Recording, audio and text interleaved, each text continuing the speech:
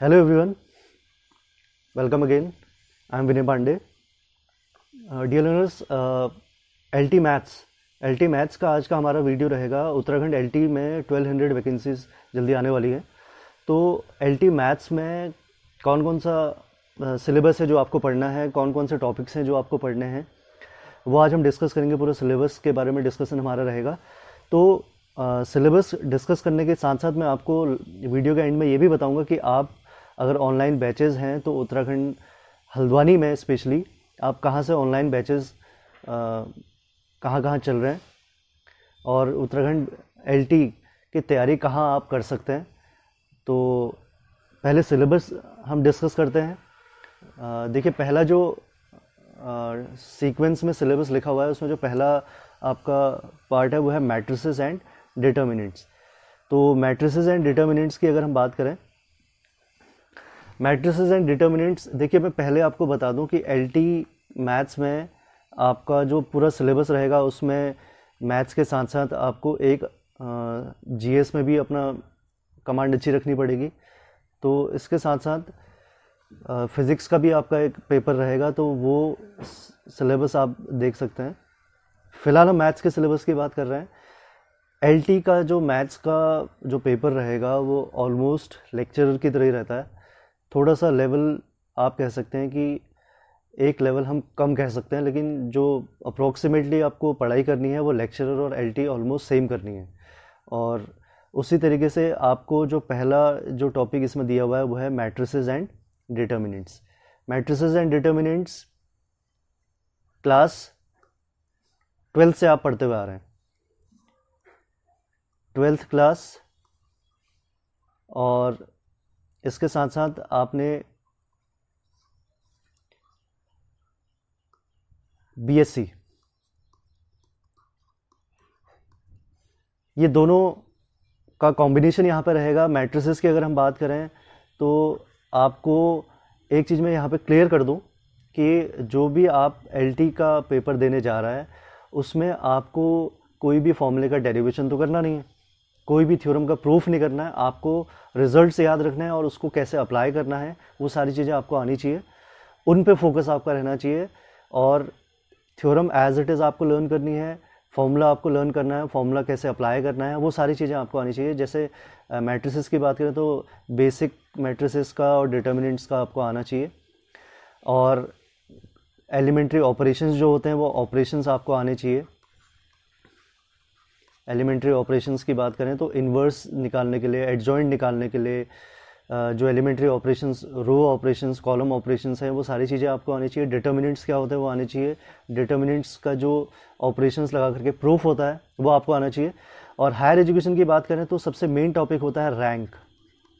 ये रैंक आपको, ये मान के चलिए कि एक क्वेश्चन रैंक का आपको एग्ज़ाम में पक्का मिलेगा, क्योंकि बहुत इंपॉर्टेंट टॉपिक माना जाता है। BSc में आप ये रैंक टॉपिक पढ़ चुके हैं। तो रैंक निकालने के अलग अलग मेथड्स होती हैं, उन मेथड्स को आपको कैसे अप्लाई करना है वो सब आना चाहिए। और रैंक के बाद आपका आता है इक्वेशंस का सॉल्यूशन। इक्वेशंस का सॉल्यूशन आपने क्लास 12th में भी पढ़ा हुआ है। और उसके साथ साथ 12th के साथ साथ आपका BSc का जो आपने इक्वेशंस का सॉल्यूशन निकालना सीखा है, इक्वेशंस का सॉल्यूशन मींस जो कंसिस्टेंट, नॉन कंसिस्टेंट, रैंक का यूज़ करके जो हम सॉल्यूशन निकालते थे, उन सॉल्यूशंस को आपको यहाँ पे सॉल्व करना है। तो ये हमारा डिटर्मिनेंट्स और मैट्रिसेस के मेन टॉपिक्स रहेंगे जो आपको तैयारी करनी है। और क्लास 12th की अगर हम बात करें तो NCERT पे पहले आपका फोकस होना चाहिए। NCERT के साथ साथ आप फिर RD शर्मा या RS अग्रवाल या लक्ष्मी पब्लिकेशन या ऑल इन वन, इनमें से कोई भी एक बुक कंसिडर करके आप पढ़ सकते हैं। फिर again I am saying that कि आपको हर एक फॉर्मूले के डेरिवेशन पे नहीं जाना है, और हर एक फॉर्मूले के डेरिवेशन में ना जाते हुए आपको डेरिवेशन का जो आपको मेन टॉपिक्स हैं वो आपको ज़रूर आने चाहिए, कैसे उनको अप्लाई करना है। और BSc की अगर हम बात करें तो नॉर्मली आप BSc की AR वशिष्ठा की बुक से, जो कृष्णा पब्लिकेशन की बुक है, उससे अगर आप पढ़ते हैं तो ऑलमोस्ट आपका पेपर जो है LT मैथ्स का कवर हो जाएगा। फिर ट्रिग्नोमेट्री पे आते हैं। ट्रिग्नोमेट्री की अगर हम बात करें, ट्रिग्नोमेट्री 10th क्लास से ही आप पढ़ते हुए आ रहे हैं, 10th क्लास, फिर 11th क्लास, फिर आपने बीएससी में ट्रिग्नोमेट्री पढ़ी है। ट्रिग्नोमेट्री में बेसिक तो आपको पता ही है। बीएससी में आपने क्या क्या पढ़ा है, सम ऑफ सीरीज पढ़ा हुआ है, कैसे ट्रिग्नोमेट्रिक सीरीज को हम ऐड करते हैं, फिर उसमें कॉम्प्लेक्स नंबर्स भी इंक्लूड हो जाते हैं। फिर आपने ग्रेगरी सीरीज पढ़ी होगी। तो ये सारी चीज़ें आपको यहाँ से देखनी है। 11th में जो डिफरेंट फार्मूलाज होते हैं, जो आपने sign A plus B, cos A plus B, sign A minus B, ये सारे फॉर्मूले जो हैं वो आपको आने चाहिए, उनके एप्लीकेशंस आपको आने चाहिए। और इसमें फिर अगर आप कृष्णा पब्लिकेशन की बुक से करें तो सफिशिएंट है, कृष्णा पब्लिकेशन की बुक से। और यहाँ आपको एनसीईआरटी पहले फोकस करना है, और उसके साथ साथ आपको आर डी शर्मा वगैरह पे अगर आप चाहें तो उस आर डी शर्मा के क्वेश्चंस को भी सॉल्व कर सकते हैं। तो ये बात हो गई ट्रिग्नोमेट्री की। अब आते हैं वेक्टर एनालिसिस में। वेक्टर एनालिसिस कौन सी क्लास से? फिजिक्स में भी आपने वेक्टर पढ़ा हुआ है, और मेरे 11th से आप वेक्टर पढ़ते हुए आ रहे हैं। वेक्टर एनालिसिस में फिर आपको बीएससी तक जाना पड़ेगा। 11th में बेसिक आपने वेक्टर्स का एडिशन, जो अलग अलग रूल्स होते हैं, डिस्प्लेसमेंट, पैरेलल वेक्टर्स वगैरह सब आपने पढ़े हुए हैं। फिर बीएससी में आप क्या पढ़ते हैं, आगे थोड़ा एक्सटेंड हो जाता है, वो हो जाता है स्केलर ट्रिपल प्रोडक्ट,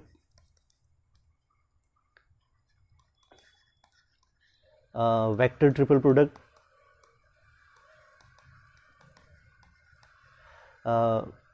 पैरेललोपाइड जो होता है उसका वॉल्यूम कैसे निकाला जाता है, कोप्लेनर, और Gauss divergence rule, Green's theorem, ये सारी चीज़ें आपको अप्लाई करनी आनी चाहिए। क्योंकि गॉस डाइवर्जेंस का आपको प्रूफ नहीं करना है एग्जाम में, फिर आपसे बार बार बोल रहा हूँ, आपको उसका स्टेटमेंट आना चाहिए और उसको अप्लाई कैसे करना है न्यूमेरिकली वो आपको आना चाहिए।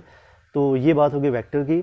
इंटीग्रल कैलकुलस में बेसिक इंटीग्रेशन 12th क्लास का, और उसके साथ साथ बीएससी का आपको beta gamma function, beta gamma functions, beta and gamma functions आप ये मान के चलिए 100% एक क्वेश्चन आपको यहाँ से मिलेगा बीटा एंड गामा फंक्शन का। तो वो बीटा गामा फंक्शन सब आपको आना चाहिए। और area, surface area, volume, how to find the surface area of any object, volume of any object using integral calculus, ये आपको आना चाहिए। अब हम बात करें इसमें कौन से बुक से आपको पढ़ना है। फिर R D Sharma, R D Sharma से तो आपको पढ़ना ही पढ़ना है। और उससे पहले आप, क्योंकि मैं एनसीईआरटी के लिए आपको पहले ही बोल चुका, एनसीईआरटी तो आपको सारी क्लासेस की ये कवर करनी है। और बीएससी में हर एक पेपर अगर आप कृष्णा पब्लिकेशन का कर रहे हैं, क्योंकि ये एलटी मैथ्स का पेपर आप कंपेयर करें नेट या अदर गेट वगैरह एग्ज़ाम से, तो उससे काफ़ी नीचे लेवल का रहता है पेपर। तो आप कृष्णा पब्लिकेशन की बुक ही अगर कंसिडर करते हैं तो उससे आपका सफिशिएंट रहेगा beta and gamma function. Otherwise Krishna publication के अलावा प्रगति पब्लिकेशन भी आता है, एसजे पब्लिकेशन भी आता है, आप किसी से भी करें सब में ऑलमोस्ट सेम मैटर रहता है। तो ये आपको इंटीग्रल कैलकुलस में आपको पढ़ना है। तो अलजेब्रा में जो बेसिक आपको याद होगा, बीएससी में आपने कार्डन मेथड पढ़ी होगी, और एक कार्डन का सम और डिफरेंस ऑफ टू क्यूब्स, ये सारी मेथड्स पढ़ी होंगी। डेस्कार्टे मेथड पढ़ी होगी, और आपने इसके साथ साथ पढ़ा होगा sum of roots, product of roots for different types of equations, वो सारी चीज़ें आपने पढ़ी होंगी। उसके साथ साथ आपने ग्रुप थ्योरी, ग्रुप थ्योरी का मतलब इसमें सब कुछ आ जाएगा। ग्रुप थ्योरी का मतलब हो जाएगा, ग्रुप हो गया, पहले तो बेसिक सेट थ्योरी हो गया, सेट थ्योरी के बाद ग्रुप थ्योरी में क्या होता है, ग्रुप होता है, सब ग्रुप होता है, नॉर्मल सब ग्रुप होता है, परम्यूटेशंस होता है, और कोसेट्स होता है, और इसके साथ साथ बहुत सारी थ्योरम्स रहती हैं। थ्योरम्स 101% आप मान के चलिए यहाँ से आपको ग्रुप थ्योरी से क्वेश्चन मिलना ही मिलना है। आपको ग्रुप का ऑर्डर निकालना आना चाहिए, लैग्रांजेस थ्योरम आनी चाहिए, उसमें से क्वेश्चन पक्का बनेगा। ये बात हो गई अलजेब्रा की। फिर आप कृष्णा की बुक लें या किसी भी एक बुक से, प्रगति पब्लिकेशन ले लें, एसजे पब्लिकेशन ले लें, ये सब, क्योंकि उत्तराखंड एलटी की बात हो रही है तो ये सब उत्तराखंड के पब्लिशर्स हैं। उत्तराखंड की अलग अलग यूनिवर्सिटीज़ में, कुमाऊं यूनिवर्सिटी में आपने इन्हीं बुक से पढ़ाई करी होगी। तो इन बुक से अगर आप दोबारा पढ़ रहे हैं तो आपको पढ़ना भी ईजी रहेगा, और समझ में भी जल्दी आएगा। तो ये बात हो गई अलजेब्रा की। अब हम बात करते हैं स्टैटिक्स और डायनेमिक्स। आपको याद होगा स्टैटिक्स और डायनेमिक्स बीएससी में एक ऐसा पेपर हुआ करता था जिससे मैक्सिमम स्टूडेंट्स जो होते हैं वो डरते हैं और इसमें मार्क्स जो स्कोर करना है वो थोड़ा सा डिफ़िकल्ट रहता था। कुछ टॉपिक्स अगर इसमें बात करें हम, moment of inertia, centre of gravity, centre of gravity आपको निकालनी आनी चाहिए। इसके साथ साथ मोशन की इक्वेशंस जो होती हैं, वर्चुअल वर्क, सेंट्रल ऑर्बिट,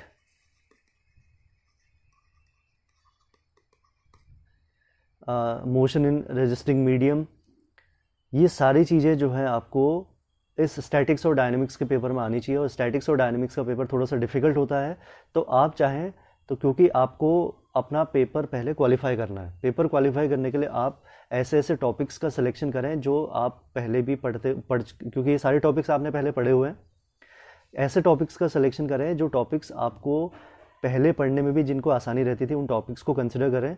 और जो टॉपिक्स डिफ़िकल्ट आपके लिए रहते थे, जो पहले भी आपको समझ नहीं आते थे, उनको आप स्किप कर सकते हैं, क्योंकि आपको अपने टॉपिक्स जो पढ़ने हैं वो स्ट्रांगली पढ़ के जाने हैं और हर एक उसका बेसिक जो है पूरा क्लियर करके जाना है, ताकि आप कोई भी क्वेश्चन अगर उस टॉपिक से आता है तो आपको उस क्वेश्चन को करने में कोई भी प्रॉब्लम ना आए। अब बात करें रियल एनालिसिस की। रियल एनालिसिस में क्या आपने पढ़ा हुआ है? सबसे पहले 11th-12th की बात करें तो 11th-12th में सबसे पहले आपने पढ़ा होगा लिमिट्स। लिमिट्स का क्वेश्चन 100% आना है, ये गारंटी है, लिमिट्स का क्वेश्चन आना ही आना है। लिमिट्स, एल हॉस्पिटल रूल आपने उसमें पढ़ा होगा। एल हॉस्पिटल रूल के साथ साथ फिर आपने पढ़ी होगी कंटिन्यूटी, डिफरेंशियबिलिटी, डिफरेंशियबिलिटी के बाद Rolle's theorem, Lagrange mean value theorem और गॉस मीन वैल्यू थ्योरम।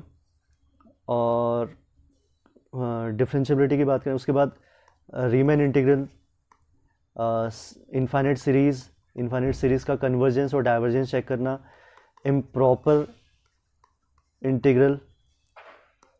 आपको पता है क्योंकि रियल आपने ग्रेजुएशन बीएससी में पढ़ी हुई है, तो आपको पता है कि रियल एनालिसिस एक ऐसा पोर्शन होता था जिसमें बहुत ज़्यादा सिलेबस रहता है। ये बहुत ज़्यादा सिलेबस रियल एनालिसिस में रहता है, ये आपने पहले भी देखा हुआ है।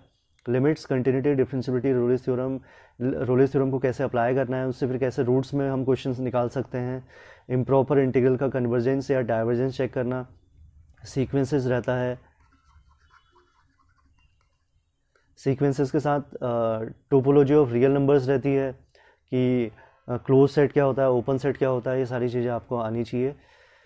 और ये सारी बात हो गई किसकी? रियल एनालिसिस की। अब थोड़ा आगे बढ़ते हैं।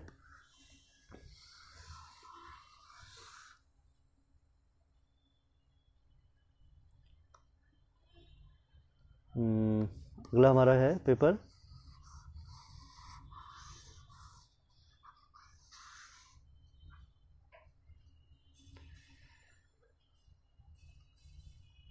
Complex analysis. कॉम्प्लेक्स आप क्लास 11 से पढ़ के आ चुके हैं, 11th और बीएससी। 11th की बात करें तो बेसिक आपको कॉम्प्लेक्स नंबर का addition, subtraction, multiplication, division of complex numbers, argument क्या होता है और पोलर फॉर्म क्या होती है कॉम्प्लेक्स नंबर की, ये सारी चीज़ें आपको बेसिक आपको आना चाहिए। फिर ट्रायंगल इनइक्वालिटी जो होती है,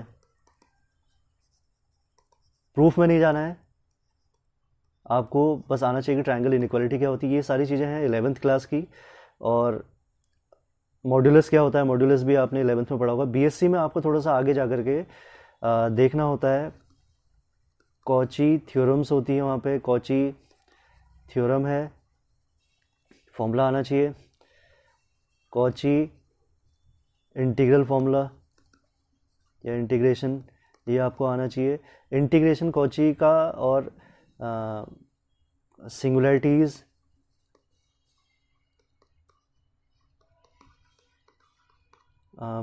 पोल्स, कितने ऑर्डर का पोल है, ये सारी चीज़ें आपको कॉम्प्लेक्स एनालिसिस में देखनी है। इसी में से कोई ना कोई आपको क्वेश्चन एग्जाम में वहाँ पूछा जाएगा। ये बात हो गई कॉम्प्लेक्स एनालिसिस की। अगेन आप किसी भी एक कुमाऊं यूनिवर्सिटी की या गढ़वाल यूनिवर्सिटी की कोई भी एक बुक लेकर के उससे तैयारी कर सकते हैं। लीनियर अलजेब्रा, अभी जैसे मैंने ग्रुप थ्योरी वगैरह बताया, वो सब मॉडर्न अलजेब्रा में काउंट होता है। तो लीनियर अलजेब्रा में क्या होता है, आपको ग्रुप थ्योरी के बाद रिंग थ्योरी पे आना होता है। और रिंग थ्योरी का मतलब है रिंग, सब रिंग और बेसिस, लीनियरली इंडिपेंडेंट और लीनियरली डिपेंडेंट। इसमें से आप ये मान के चले, ये क्वेश्चन आपको एग्जाम में मिलेगा, इंडिपेंडेंट और डिपेंडेंट चेक करना, एक न्यूमेरिकल आपको मिल सकता है। तो ये सारी चीज़ें आपको लीनियर अलजेब्रा में देखने हैं। अब ये छोटे छोटे टॉपिक से ये ना समझे कि इसमें और इसके अलावा कुछ नहीं है, क्योंकि रिंग थ्योरी आपने जब ग्रेजुएशन में पढ़ी हुई तो पूरा एक पेपर हुआ करता था वहाँ एक साल में। तो बीएससी थर्ड ईयर में एक पेपर हुआ करता था। तो रिंग थ्योरी का पूरा आपको ग्रेजुएशन का पढ़ना है। न्यूमेरिकल एनालिसिस, न्यूमेरिकल एनालिसिस एक ऐसा पेपर है जिसको किसी को भी पढ़ने में इतनी ज़्यादा डिफ़िकल्टी नहीं होती है, क्योंकि यहाँ फॉर्मूला बेस्ड होता है सब। तो न्यूमेरिकल एनालिसिस को कोई भी स्टूडेंट जो एलटी की तैयारी कर रहा है, लेक्चरर की तैयारी कर रहा है, इस पेपर को ना छोड़े, क्योंकि यहाँ से आप पुराने प्रीवियस ईयर्स के लेक्चरर के एलटी के कोई भी पेपर उठा के देख लें, 4 से 8 क्वेश्चंस आपको न्यूमेरिकल एनालिसिस के मिल जाएंगे। और न्यूमेरिकल एनालिसिस में जैसे मैं बात करूँ, बहुत सारे फॉर्मूले रहते हैं, forward operator, backward operator, displacement operator, mu operator. पहले तो ये ऑपरेटर से ही आपको 1-2 क्वेश्चन 101% मैं आपसे बोल रहा हूँ कि यहाँ से आपको ऑपरेटर से क्वेश्चन मिलने ही मिलने हैं। फिर आपको वो जो बैकवर्ड फॉर्मूला होता है गॉस का और लेग्रांज का, और सिम्पसन 1/3 रूल, सिम्पसन 3/8 रूल, ये सारे फॉर्मूले, कोड्स फॉर्मूला मैं लिख नहीं रहा हूँ क्योंकि आपने ग्रेजुएशन में पढ़ा हुआ है। तो इस पेपर को कोई भी ना छोड़े। अगर आप, मैं एक बार के लिए मान सकता हूँ कि आप स्टैटिक्स और डायनेमिक्स में क्योंकि डिफ़िकल्टी होती है तो आप इसको स्किप कर सकते हैं। रियल में कुछ कुछ टॉपिक्स आप स्किप कर सकते हैं। न्यूमेरिकल में कोई भी टॉपिक ना छोड़ें, फॉर्मूला सीधे आपको अप्लाई करना होता है वहाँ पे। और अब लास्ट जो टॉपिक है वो है मैथमेटिकल स्टैटिस्टिक्स।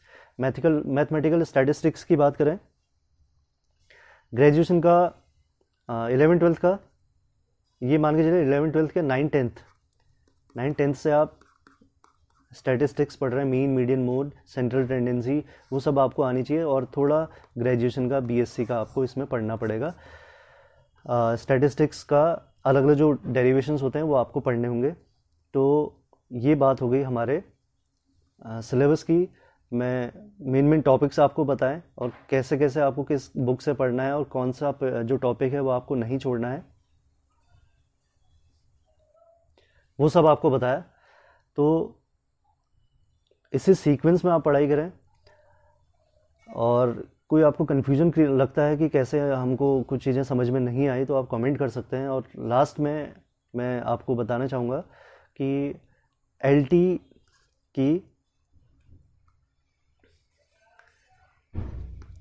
या लेक्चरर की अगर हम बात करें तो फ़िलहाल एलटी की जो ऑनलाइन क्लासेस हैं वो ऑनलाइन क्लासेस हल्द्वानी में आपको अवेलेबल हो जाएंगी।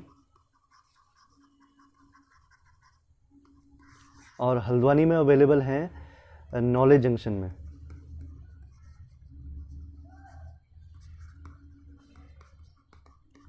नॉलेज जंक्शन में आप कांटेक्ट करें। अगर किसी को एड्रेस मालूम नहीं है तो एड्रेस भी मैं बता दूं, अपोजिट टू